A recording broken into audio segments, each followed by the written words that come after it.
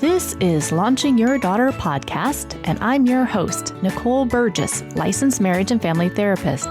The information shared in this podcast is not a substitute for seeking help from a licensed mental health professional.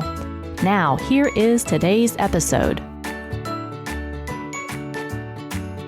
Episode 55. Well, welcome everybody. My guest today is Lynn Lyons, and she is a licensed clinical social worker in Concord, New Hampshire. Lynn has a full-time private practice, is an author, conducts many trainings, and provides parent intensives a few times a year. We briefly met at the Networker Symposium in Washington, D.C. a few months ago, where she was presenting on anxious kids, anxious parents, and OCD in children. Lynn believes anxiety is a family issue and that treatment should actively involve parents and children together. And I'm so excited to have you on today, Lynn, because there's so many young girls that I work with and their parents who really struggle with anxiety at times. And I know just our brief interaction that we've had together, you and I have very similar beliefs on kind of treatment modalities and how to work with anxiety. So I'm excited to have you on, and I would love for you to share just a little more with our listeners. What got you into this work? Oh, well, thanks for having me. It's a pleasure to be here. What got me into this work? Well, it sort of was an evolution, I think, over a period of time. So this is my 27th year of being in the mental health field. And early on in my career, I really did want to work with kids and families. But, I actually finished graduate school when I was about 23, and I didn't have kids, and I think I was kind of still a kid myself. So I gravitated toward working more with adults. I worked in inpatient psychiatry, and then I had my own children. And my focus, I think, shifted not really consciously, not really on purpose, but more back toward my original love, I guess, of working with children and working with families. I had some great teachers who really talked about things from a systems perspective. And of course, I'm social work trained, so we're big on systems perspectives as well. And so I think that as I sort of found my niche and started working more with anxious families and seeing the impact in families of anxiety from generation to generation, it just kind of became clear to me that, for one, is that you really need to address anxiety from a family perspective. And that also, I think I like it because it's so darn treatable. I like to feel like I'm making progress. I like to feel like I'm fixing something. I like to feel like I'm being of help. No surprise, because, I'm a therapist. But I think that's probably how it sort of all came about. So it wasn't really a straight line. It wasn't really, I wrote my goals down when I was 22 and then I followed through with them. It just sort of evolved, I think, over my own maturity, and my own becoming a mom, I think, had a lot to do with it as well. Well, and I was laughing at some of those things because I totally get it. Anxiety truly is treatable. And I think there's a lot of misunderstanding about kind of what's normal and what's not normal regarding anxiety. So I would love it if you could share a little bit more with our listeners, because I know most of the listeners here are parents of teens or tweens. And I know that can totally increase as they go through that developmental stage, brain development, things start to shift within their brain. So would you share a little bit more of them? What's kind of normal or typical kind of stress worry? And then when does it become true anxiety, like the disorder of whether it's general anxiety or obsessive compulsive disorder? Like what are kind of those subtle changes or things that parents can kind of look out for? Well, so I think that one of the things that's happening, and I think it's a pretty strong shift in our culture over the last several years, is that we really don't want kids to feel uncomfortable, and we really don't want them to feel uncertain about things. And so the goal of parents has become sort of to make sure that everything goes smoothly. Now, if you are anxious from early childhood, that's your goal. And so parents and families, and particularly if you've got an anxious parent, which is pretty likely if you've got an anxious kid that one or both of the parents also has anxiety. So everybody sort of joins this cult of anxiety, and things have to go a certain way because this idea that things are uncertain, this idea that things are unpredictable, that you'll have disappointment, that you won't get what you want, that maybe somebody will hurt your feelings, that you'll screw up, that you'll make a big mistake. All of that has become less and less tolerable to parents. So we have sort of two tracks. One is that you've got an anxious family and they're truly anxious and they would probably meet the criteria for an anxiety disorder. And they're very, very committed to trying to keep the train on the tracks and very intolerant in their own selves and with their children of uncertainty and discomfort. And so those families work very hard to try and make sure that everything goes smoothly. Then we've got, on the other hand, we've got families who don't necessarily meet the criteria for an anxiety disorder, but yet have drunk the Kool-Aid of things have to go smoothly, my kids have to be successful, we've got to get the most we can out of life, so we've got to have these high standards, and yet we can't tolerate disappointment, uncertainty, struggle, conflict. And those families tend to try and get rid of discomfort and anxiety in order to kind of make everything be successful. And so I think that, so if you've got on the one hand, you've got these truly anxious families that are really struggling to try and manage uncertainty and they've got a lot of fear and worry. And on the other hand, we've got these families who just can't tolerate things going wrong. And those things collide. I think that's what we've got right now, which appears to be in this country an epidemic of anxious kids. But I think that's kind of what's going on right now in terms of these two groups colliding. It is normal for kids to feel uncertain. It is normal to feel uncomfortable. It's normal to not know what's going to happen. It's normal if you go to take your driver's test and you fail. It's normal to be really, really disappointed. It's normal that if you take the SATs and you get a lower score than you want, to feel really sad about that and to maybe even study or get some tutoring. But that is not an anxiety disorder. And so I think that there really has to be some discussion culturally and within parenting about how we can tolerate and allow our kids to feel discomfort and to feel uncertainty. It's not easy, but it's just so necessary. So that's sort of pervasively what I see going on. Oh, and I loved how you said that too, Lynn, because I'm sitting there nodding my head. And again, we can't see one another. We don't have the video piece of this on. But it's funny because I see the same thing in my practice where girls will come in and saying, they're really anxious. And it truly is about the uncertainty of the future. And I love how you continue to repeat, it's normal if you don't do well on test or you don't pass the driver's test or whatever. It's like, that can be stressful in the moment, but it's not this ongoing fear of not being able to move forward in life, where that again can kind of lead more into the generalized anxiety disorder, where it's really trying to set not only the girls up for success, but the parents too. It's like, we are going to have stressors in life. Right. And it's okay to feel disappointment. It's okay to feel worried in those moments and ride through it and truly embracing the uncertainty and the discomfort. It doesn't equal bad or equal forever. It's in these moments. Right. Yeah. And the way that it becomes really problematic is that if your goal is to have everything go smoothly, well, that's an enormous amount of pressure and it's impossible to pull that off.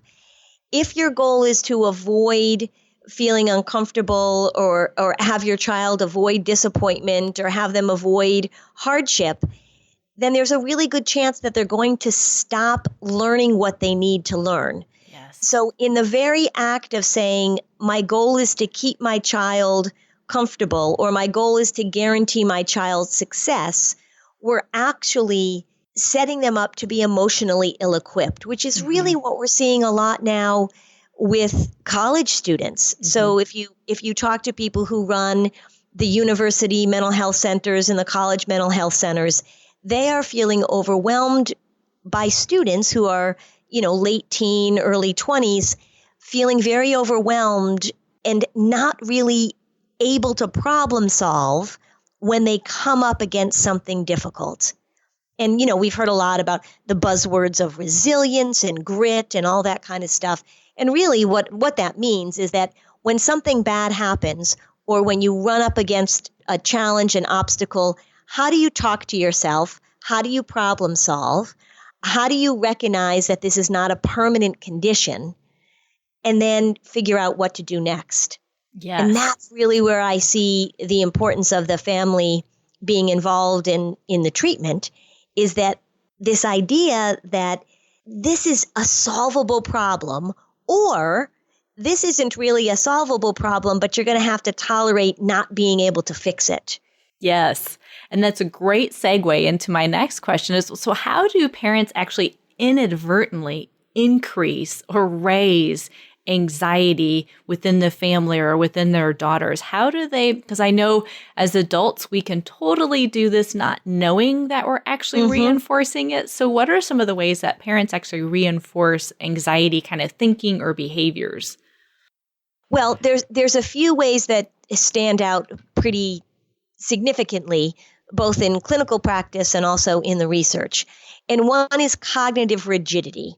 So that means a sense in a family and with parents that things have to go a certain way. And oftentimes parents as adults, this is how they run their own lives. And so it gets very, not on purpose, but it gets very easily transmitted to their family, that there's a sense that things need to be a certain way, that we have a certain expectation, that we say a lot to kids, as long as you do your best, which if you tend to be an anxious kid or a worried kid, that'll throw you right over the edge, right? Oh my God, what's my best? And so the way that parents say it is, look, I just want my kid to do their best. And as long as they do their best, that's all that we're asking for.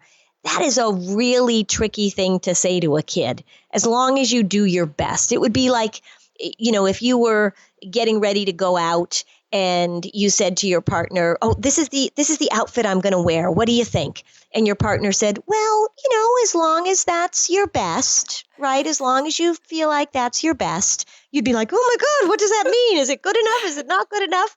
Right? Or, you made some meatloaf for your kids. You tried a new meatloaf recipe or a lasagna recipe. And you say, what do you think of my new lasagna recipe? And they go, well, Mom, if you feel like this was the best you could do, right? What does that mean? So that's one way where this whole idea of, and parents will say to me a lot, he puts so much pressure on himself. We don't know where he gets it because we are just telling him that he needs to do his best. That's all we ask for, right? So there's a lot of that going on. The other way that you can inadvertently support anxiety is by modeling not being very good at problem solving and being what I call the GCPs. So those are 3 cognitive patterns: global, catastrophic, and permanent, which if you're global, that means that you're very good at taking a problem that's the size of a peach and making it into the size of a watermelon. If you're catastrophic, that means that you think a lot about the worst that could happen. So there's a lot of planning for disaster, a lot of like, well, let's go over the plans again in case something happens. That's catastrophic thinking, and that's anxiety in a nutshell, right? What's the worst that could happen? And then this idea of permanent, that things don't change, that we've got a problem, it's overwhelming, it's big, and it's not going to get any better. So when we hear parents using global, catastrophic, or permanent language, then those are real red flags that you're teaching your child or modeling for your child how to be a worrier, how to be anxious and fearful. Yeah, those are beautiful. And your examples are awesome. I know even in therapy, I have done just what you said not to do, which is, hey, do your best, and totally get that. And you're like, oh, No. And ask Yeah, for well, help, and it's okay, right, if you don't right, understand. And right. Yeah. And it's really about asking how questions. So yeah. if you have a kid that says, "Oh my gosh, I'm not going to take this test or I'm not going to give this presentation because I'm going to screw up. It's going to be horrible." Well, then you've got to start asking how questions. Well, Mhm. how are you going to pay attention to problem solving rather than paying attention to your worry? How are you going to differentiate between what your worry is telling you inside, and worry is always about thinking disastrously, Mhm. versus how are you going to do what you need to do to get the job done? So when families are worried families, they very pervasively jump into that, "Oh my gosh, this is going to go terribly," or "Oh, it's got to go perfect or else," or "Let's over prepare because if we make a mistake, it'll be awful." And it's all of that catastrophic thinking, which oftentimes leads to avoidance. If I Mhm. can't do it perfectly, or if I'm going to make a mistake, or if I'm going to make a fool of myself, or if I'm going to say something that's going to hurt somebody's feelings, then I'm just out. I'll just not participate. Yeah. And that makes that anxiety, as you're saying, when you avoid it, it actually makes anxiety, or I call it kind of the fear gremlins, right? They get bigger.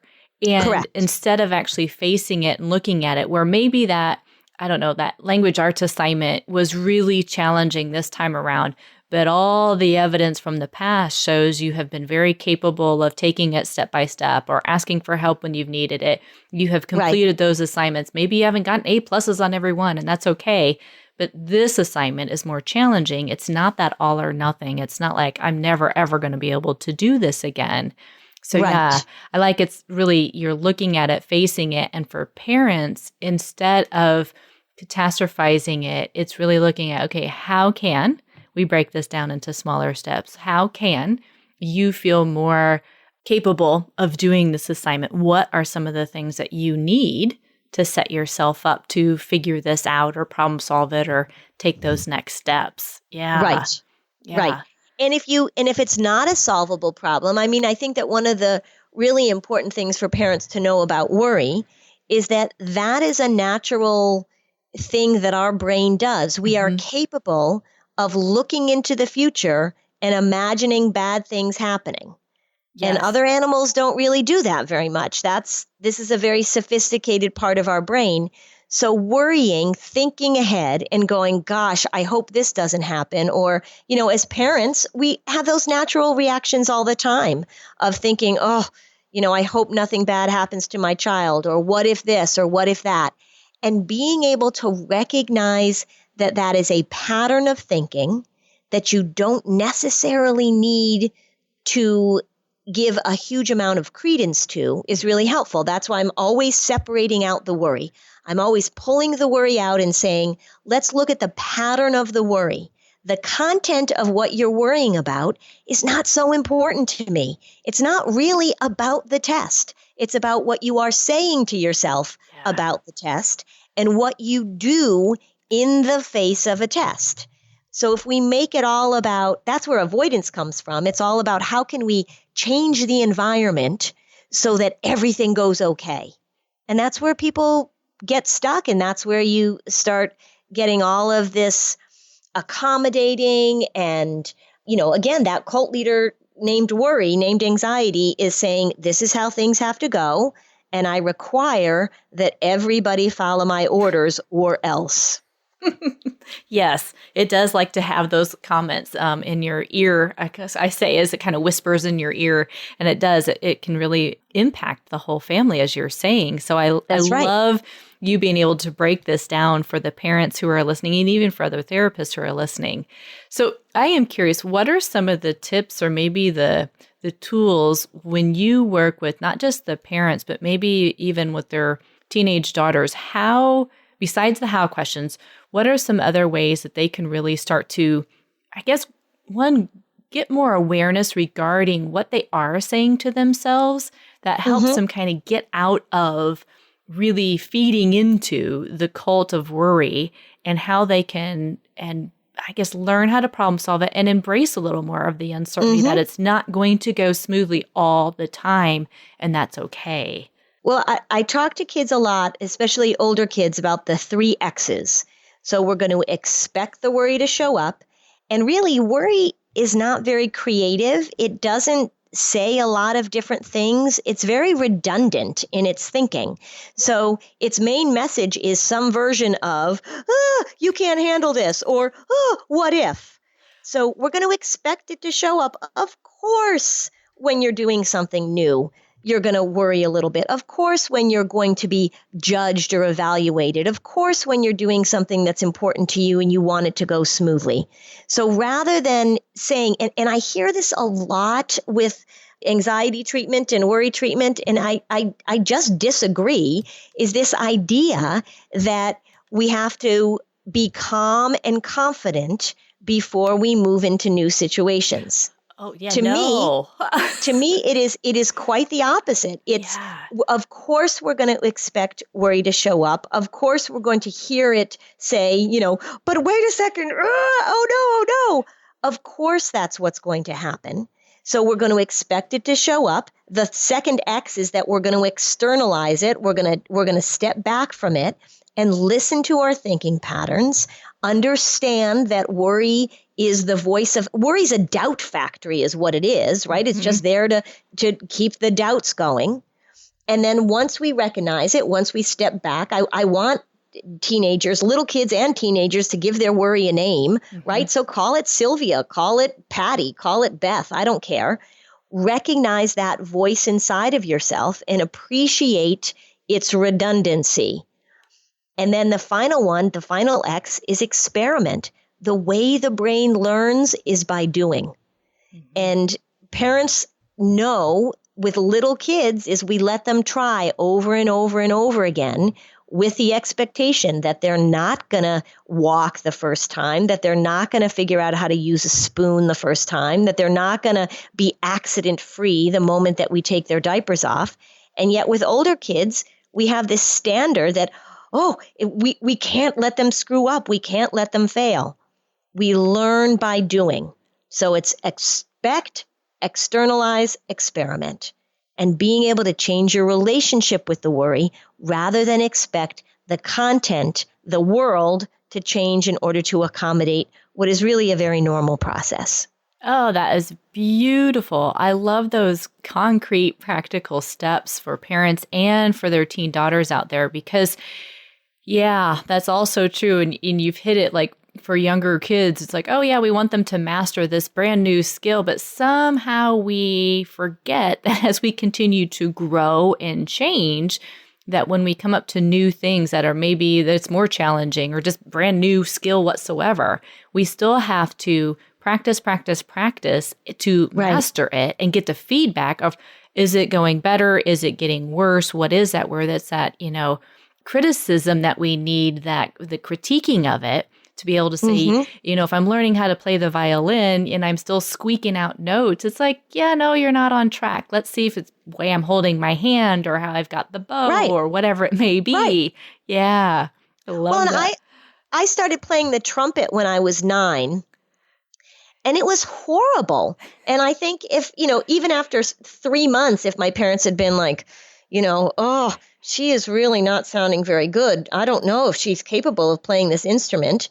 I would have stopped playing. If the expectation had been that I wasn't going to be a disaster for a period of time until I figured out how to play a tricky instrument, I ended up playing all through high school. But this idea that it takes practice to develop skills and that it's okay if you are not good at giving presentations, that it is okay if you stand up and your face gets blotchy. It's okay if you trip over your words. It's okay if you forget what you're going to say in the middle of a sentence. But we've got to move away from this idea that either you do it and you feel comfortable or we're going to let you skip it. That's becoming a real problem. Yeah, I think, there's been previous episodes where I've talked quite a bit about that perfectionism. And that's really what I'm seeing in my practice is really driving up that stress level is I have to do it perfect the first time through. And you're naming it that, if I've got to do presentations that, oh my gosh, I'm going to be nervous about it. It's like, yep, you will be. And my face is going to get blotchy. okay. And I may throw up. Okay. Yep. And, Yep. Right. It's right. like, yeah, but Right. not avoiding that just so you don't feel that discomfort, because you will get through that. You will move to the other side of that. So, Right. yeah, Yeah. absolutely. The main shift is that if we focus on rearranging the world in order to accommodate the worry, we're going to have to rearrange an awful lot. Yeah. What we really want to do is we want to rearrange the way we react and perceive to our own thoughts and feelings. And one of the important things when you're working with teenagers and teenage girls in particular is that everything they think and everything they feel is really not worthy of a lot of attention. There's a lot that goes on in our brains, and it's really the ability to differentiate between is this a passing feeling, or is this a thought that I don't really need to take so seriously? I think as adults, we develop that ability if we're, working on our own emotional selves and relationships. But I think that it's really important, if you are a worrier, that just because you think it doesn't make it so. Yes. That is one thing that I say every single day in my practice to both the girls and their parents and adults that I work with. It's like, yeah, just because you have a thought doesn't mean it's true. So, yeah, absolutely. Right. Well, Lynn, I would love it if you could share with our audience just a little more. I know you've got a couple different books out there. Would you mind sharing the names of the books and a little bit about what books you have? And then we're going to go in and talk about how they can get a hold of you or the website where they can go to. And I'll have that all in the show notes. So if they're out there driving, then they don't need to worry about it. It'll be in my show notes so they can get that information. But share a little more about the books that you've written. Sure. So the two books that I wrote with Reed Wilson, so he's my pal and my colleague. The one book that we wrote for parents is called Anxious Kids, Anxious Parents. When we decided to write a book to help out anxious kids, then you have to decide, well, what are you going to write about? So we looked at all of the competition out there, and there are some really great books for anxious kids, but there really wasn't a book that very directly said, okay, parents, look, this thing runs in families, and there are some things that you need to stop doing, and here's what you can do differently. So that's the first book, and it lays out our 7 puzzle pieces we have that include expect worry to show up, how to talk back to it. The meat of the sandwich is really shifting that internal dialogue and that internal attitude about anxiety from being on defense to being on offense. And then the companion book is called Playing with Anxiety, Casey's Guide for Teens and Kids.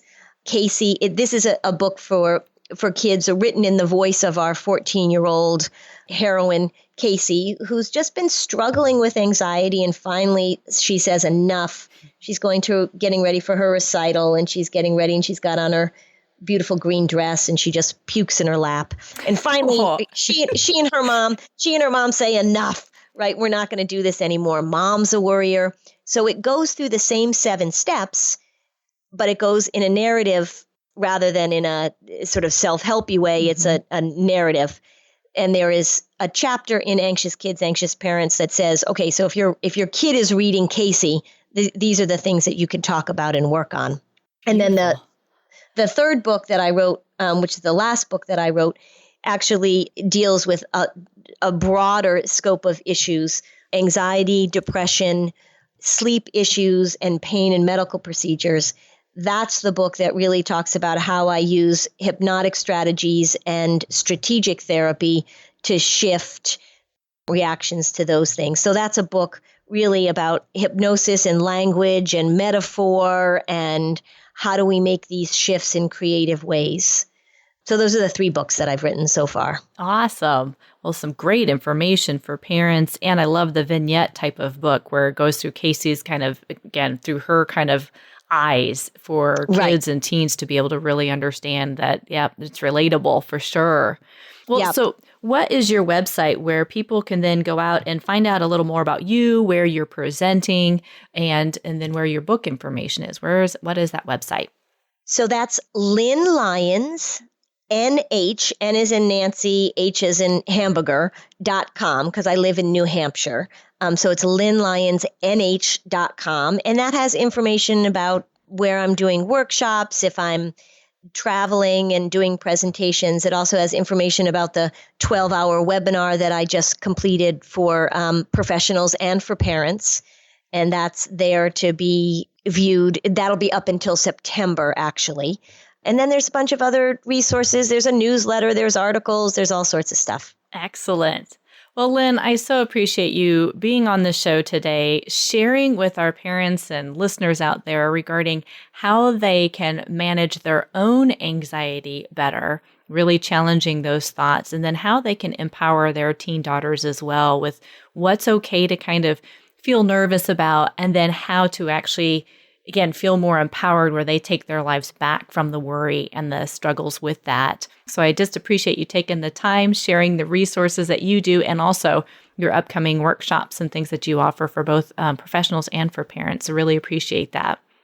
Oh, well, it was a pleasure being here. Thanks for continuing to talk about this. Yeah, it's a really important subject. And it just as you said, it really seems like it's becoming this epidemic throughout our country. And to be able to kind of raise a little more awareness on how to actually help stop it and that it is treatable, I think is a really important message.